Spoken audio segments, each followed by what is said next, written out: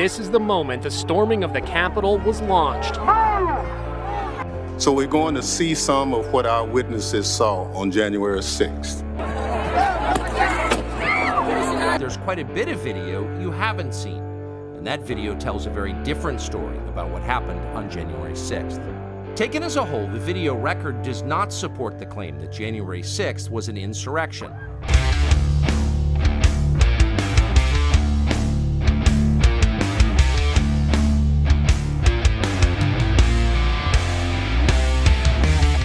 Welcome to the Chaos Project. We are excited. We have a show for you that's going to blow your mind. Bear, oh, it's too late. Your mind already got blown. They ain't even started yet. Blew all your hair off. What happened? Hey man, I'm getting used to it. Today, Chef, we have a special guest, Lucas Rooster Denney. Excellent. It's kind of weird how we got hooked up, man. How we connected. And I jumped at this opportunity, man. I'd love for you to get your story out. And I'm not going to spoil it for everybody, but, man, tell us a little about yourself and why you're here today. Well, I'm here to get my story, get the story about, the truth about what happened on January 6th and what started the chaos. So much time. Well, a little bit about my background. Prior military, I was an MP in the Army. And I served in Iraq from 05 to 06, and I got out.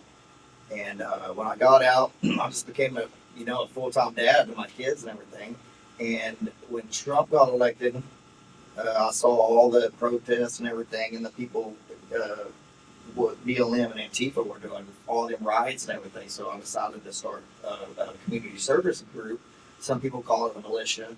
Called the Patriot Boys. I consider it more of a community service because we don't go around shilling guns at places. We never do that.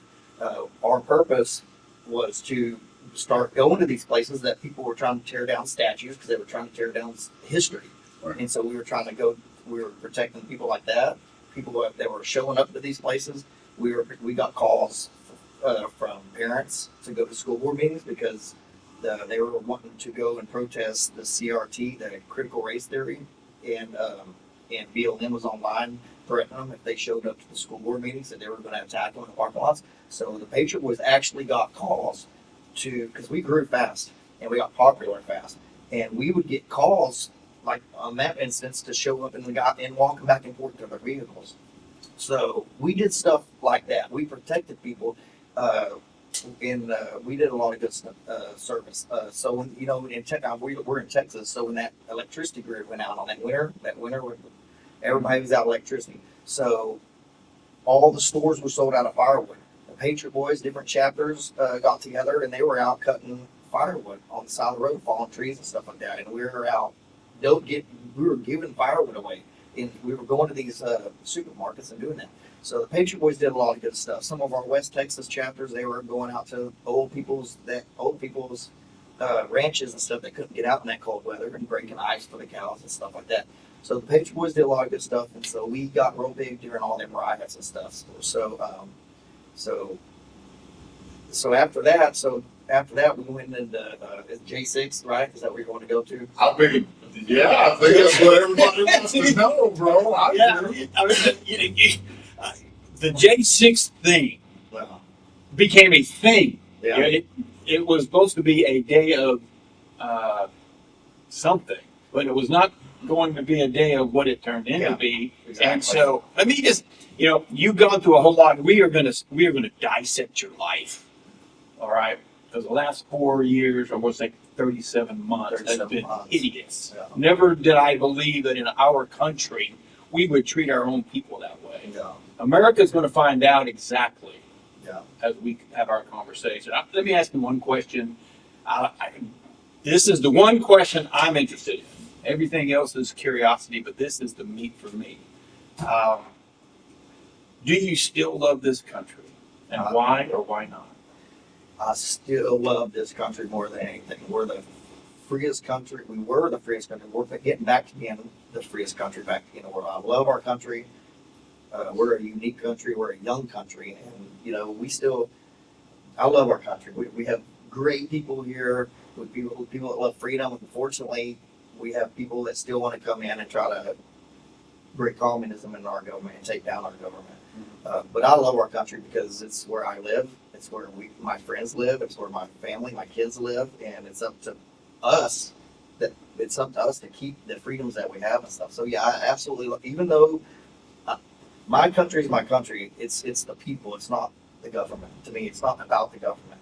So just because we had a communist government that came into power and completely weaponized the DOJ against their own people like they did, that's, to me, that never made me have any hard feelings about my country. I love America.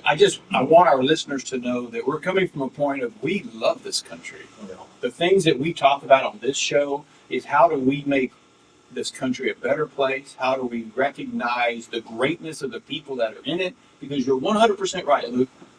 This country is made up of people who love it. And that's what makes our country special. yeah. And you know, we wouldn't be a country right now if we didn't have people that were fighting back then. You know, you had the British attacking people, and they were wanting to, govern us in like authoritarian government, like the king. You know, King George. But people need to understand. Everybody says, "Oh, no violence, no violence, no violence." But when you have people attacking you, you can't just sit there. We're in the position that we're in. America is in the position we are in now because the Republicans, in my view, most of the Republicans, not all of them, do not fight back. They don't fight back in the House, you know, and they just sit back and say, "Oh, we're too good for that." But I love America. Okay. Well, let's jump in. Tell Bear and I, one, what was the purpose of the J6 experience, and why did you go?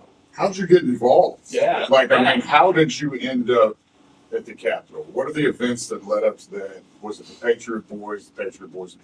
And again, I don't want to steal your thunder, but can you walk us through that? Yeah, it boils down to the election being stolen. These people wanted so bad for Trump not to have a second term.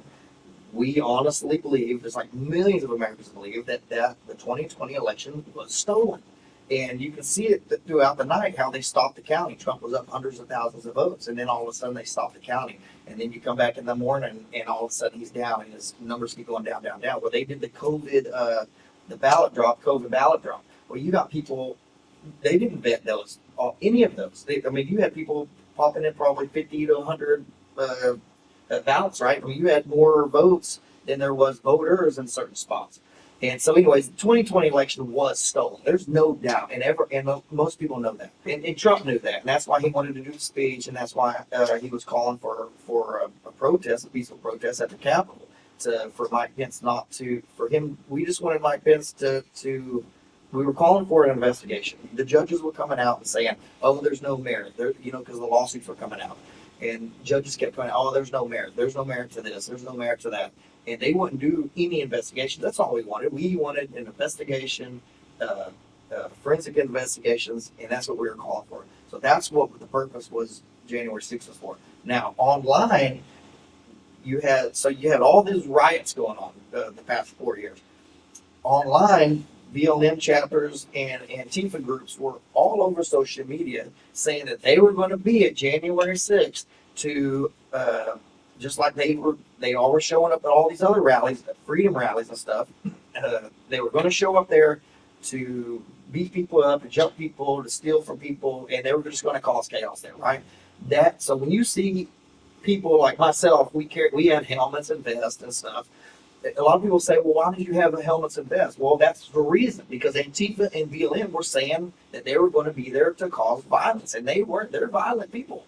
And so we were there to prepare for counter-protest, violent counter-protest. Nobody talked about going into the Capitol, this or that. But that's the purpose of January 6th, was that. And the purpose of everybody having gear that they did was to counter the counter-protesters. No, in the midst of this conversation, we're going to talk about topics and we're going to say some things that you literally experienced for real, not some mainstream media outlet narrative. This is what you personally experienced and knew and understood.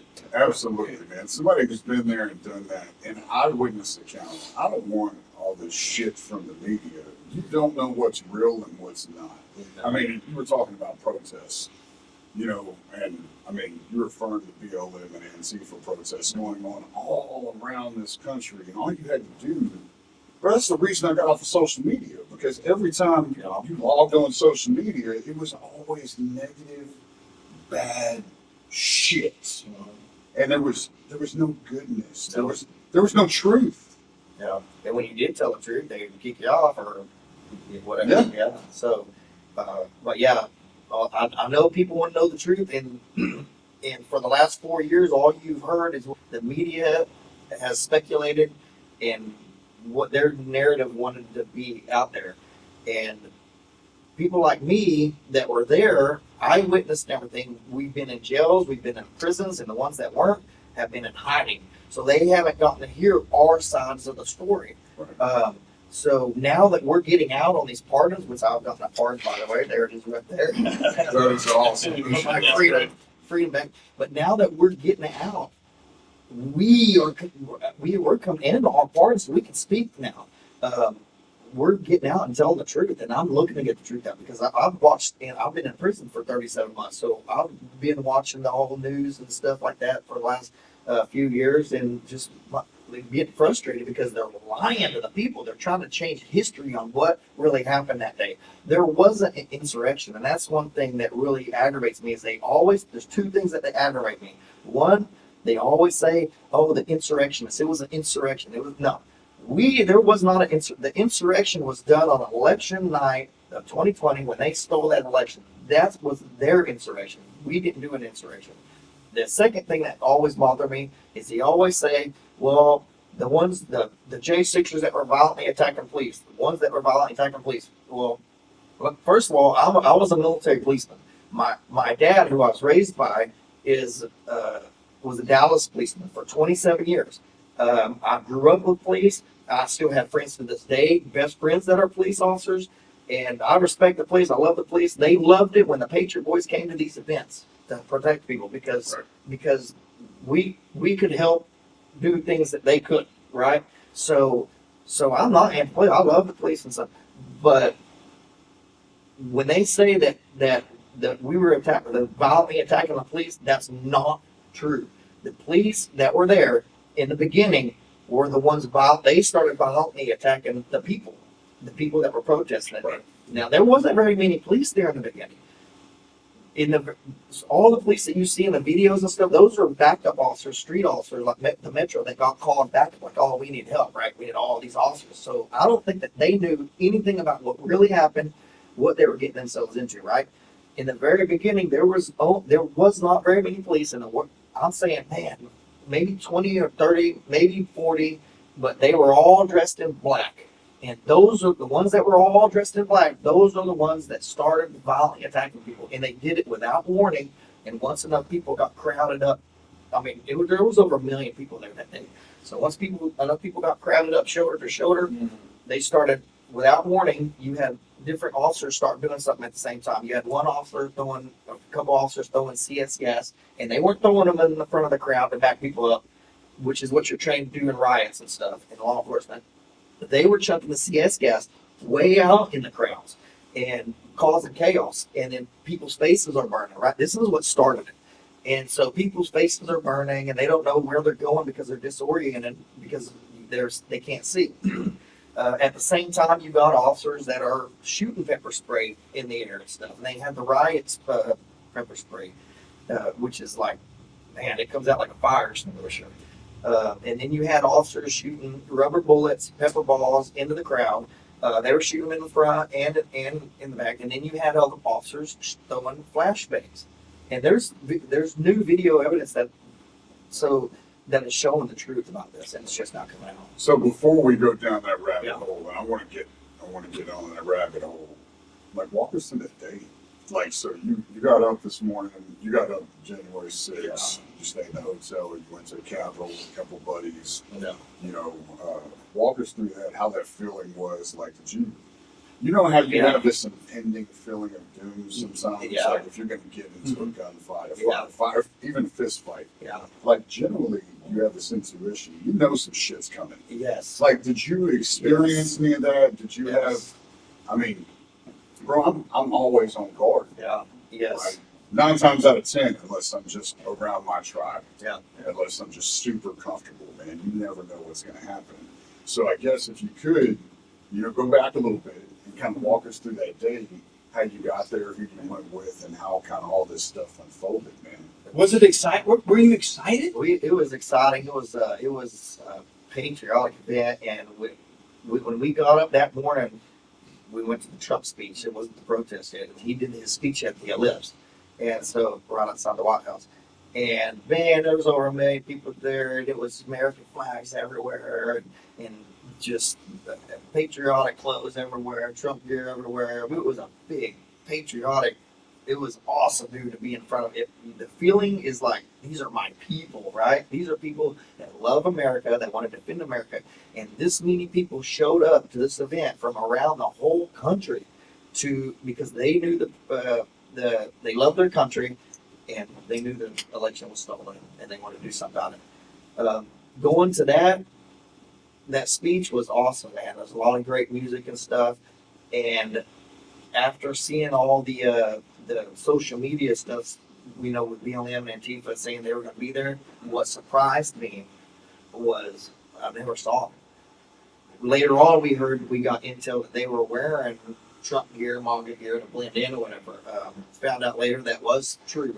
I couldn't identify any of them though, but they weren't there. The Antifa, they always wear all the black stuff, mostly paintball gear that looks cool. Right. Yeah, but I didn't see them at all, and so I was like, "This is weird," And that's when I first started feeling that maybe this is a setup. Maybe because you got the Russian hoax, the government really trying to go after Trump, and maybe they were going to use this as a special operation. Why not? I mean, Hillary Clinton always said, "Why waste a good event? Or why waste something?"